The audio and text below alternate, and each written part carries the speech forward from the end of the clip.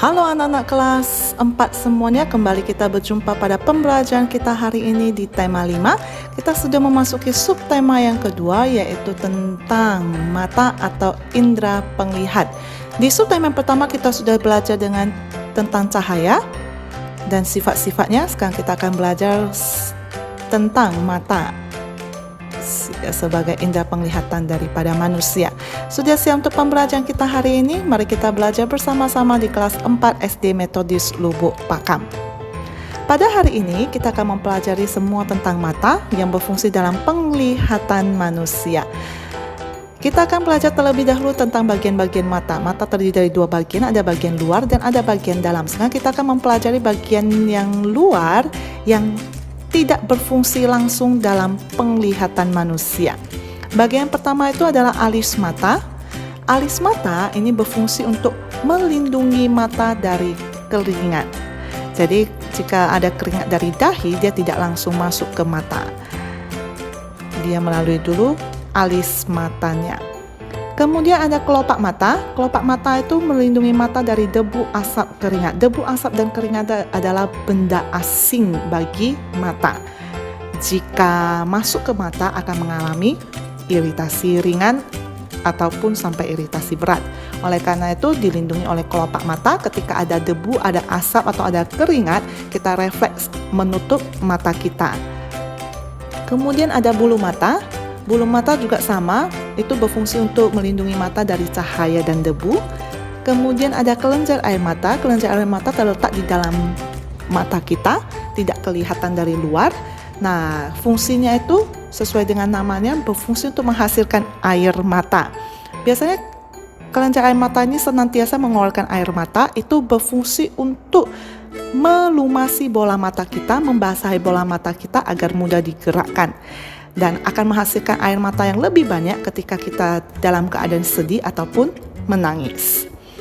Kemudian yang terakhir itu ada otot mata. Otot mata juga tidak terlihat dari luar, itu ada di bagian dalam. Nah, otot mata ini berfungsi untuk menggerakkan bola mata ke kanan, ke kiri, ke atas, ke bawah, dan ke segala arah. Dan membantu beberapa bagian mata yang berfungsi dalam penglihatan untuk memipik atau melebar. Ini adalah bagian-bagian mata yang berfungsi untuk melindungi mata dan tidak berfungsi langsung dalam penglihatan. Sekarang kita akan mempelajari bagian-bagian mata yang berfungsi langsung dalam proses penglihatan.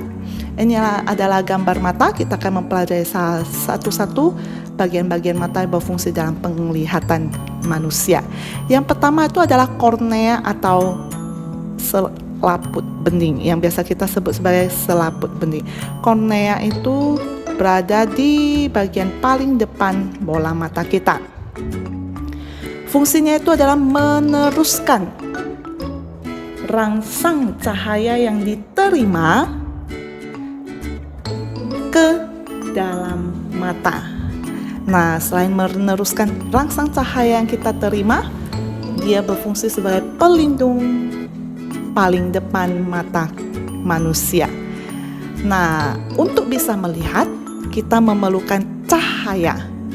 Cahaya mengenai benda, baru dipantulkan dan ditangkap oleh kornea manusia. Jadi proses penglihatan itu dimulai dari cahaya mengenai benda, dipantulkan dan ditangkap oleh kornea manusia. Dan kornea berfungsi untuk meneruskan rangsang cahaya yang kita terima ke dalam mata, ke bagian selanjutnya. Setelah masuk ke kornea, rangsang cahaya akan melalui iris. Iris itu biasanya disebut sebagai selaput pelangi. Dia berfungsi untuk memberi warna pada mata. Nah, jika kalian perhatikan, warna mata manusia itu berbeda-beda. Orang Asia, orang bule itu beda-beda. Ada yang warnanya biru, ada yang warnanya hijau, ada yang warnanya hitam, ada yang warnanya coklat. Makanya semua bangsa memiliki ciri iris sendiri. Nah, iris inilah yang berfungsi untuk memberi warna pada mata manusia. Selain memberi warna pada mata, iris juga berfungsi untuk membantu si pupil mengatur besar kecilnya. Jadi dia membantu si pupil untuk membesar dan mengecil. Itu adalah fungsi dari iris. Nampak ya? Ini iris. Kemudian setelah melewati iris, cahaya akan masuk ke pupil. Sebelum masuk ke dalam mata, dia harus melalui dulu si pupil ini. Nah, pupil itu yang paling tengah, yang agak hitam. Fungsi dari pupil ini adalah mengatur jumlah cahaya atau banyaknya cahaya yang masuk ke mata. Nah, kita semua punya pupil mata. Jika kalian perhatikan, ini kan bola mata, kemudian ada bagian yang hitam di tengah. Inilah yang disebut dengan pupil. Pupil mata ini bisa membesar, bisa berubah menjadi agak besar, dan bisa berubah menjadi lebih kecil tergantung dengan jumlah cahaya yang masuk. Jika cahayanya terlalu banyak, maka pupil ini akan mengecil. Jika cahayanya terlalu sedikit, maka pupil akan membesar. Jadi pupil inilah berfungsi sebagai pengatur banyaknya cahaya yang masuk ke mata. Setelah cahaya masuk ke pupil dan diatur banyaknya, cahaya akan diteruskan ke lensa mata. Di lensa mata ini, cahaya akan difokuskan masuk ke mata. Lensa yang ini ya, masuk ke mata agar bayangan itu jatuh tepat pada retina. Jadi di lensa mata ini berfungsi untuk memfokuskan cahaya yang kita terima agar jatuh tepat pada retina. Setelah melalui lensa, maka cahaya akan masuk ke humor berair atau humor bening. Humor berair atau humor bening itu bagian yang sini. Nah, humor berair atau humor bening ini tidak memiliki fungsi khusus. Fungsinya itu hanya meneruskan cahaya yang diterima dari lensa ke retina. Jadi dia hanya berfungsi untuk meneruskan cahaya ke retina. Setelah melalui humor berair atau humor bening, cahaya akan jatuh dan akan ditangkap oleh retina. Nah, retina ini berfungsi sebagai tempat terbentuknya bayangan. Setelah ditangkap oleh retina, disinilah terbentuk bayangan benda yang kita lihat. Setelah nampak bayangan bendanya, maka rangsang cahaya akan diteruskan ke saraf mata. Dia akan sampaikan ke saraf mata, dan saraf mata akan menyampaikan atau meneruskan rangsang cahaya atau bayangan yang terbentuk itu langsung ke otak, sehingga kita tahu apa yang kita lihat. Inilah proses penglihatan mata manusia. Kita sudah belajar bagaimana cara mata itu berfungsi dan proses penglihatan pada manusia. Sekarang kita akan belajar kelainan pada mata. Biasanya mata juga bisa mengalami masalah jika tidak dijaga dengan baik. Bisa mengakibatkan beberapa kelainan atau penyakit pada mata. Yang pertama yaitu miopi. Miopi itu disebut juga rabun jauh. Nah, miopi ini terjadi ketika bayangan jatuh di depan retina.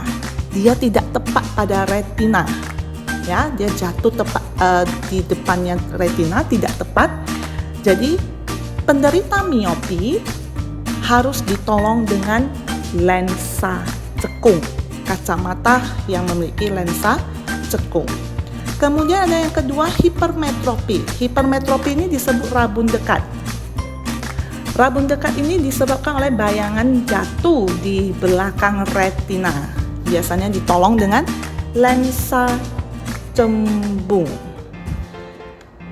Kemudian ada presbiopi atau mata tua. Ini disebabkan karena daya akomodasi matanya lemah.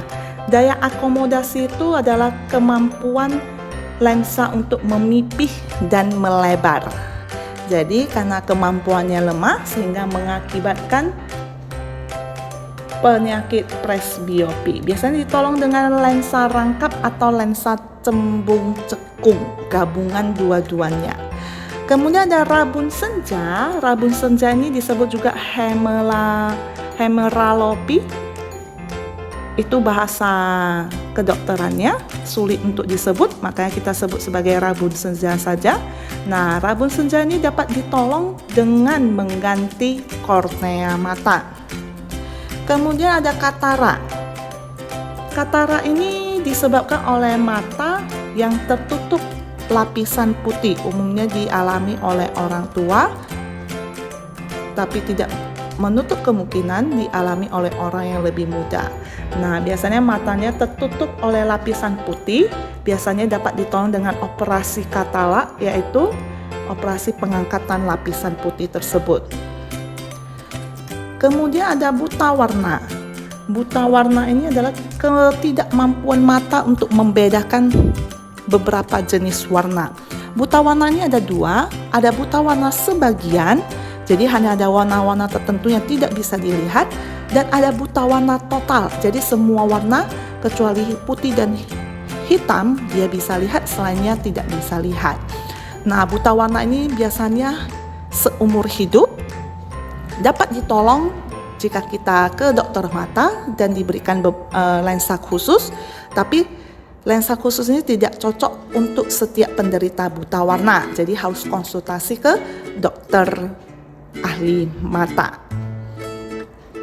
Kemudian ada astigmatisme atau yang kita sebut sebagai mata silinder. Mata silinder ini disebabkan oleh ketidakmampuan untuk membedakan garis datar dan tegak. Ini disebabkan oleh permukaan lensa matanya tidak rata. Biasanya ditolong dengan lensa silinder. Dan yang terakhir adalah mata merah. Mata merah ini yang paling banyak kita temui, yang paling sering kita alami.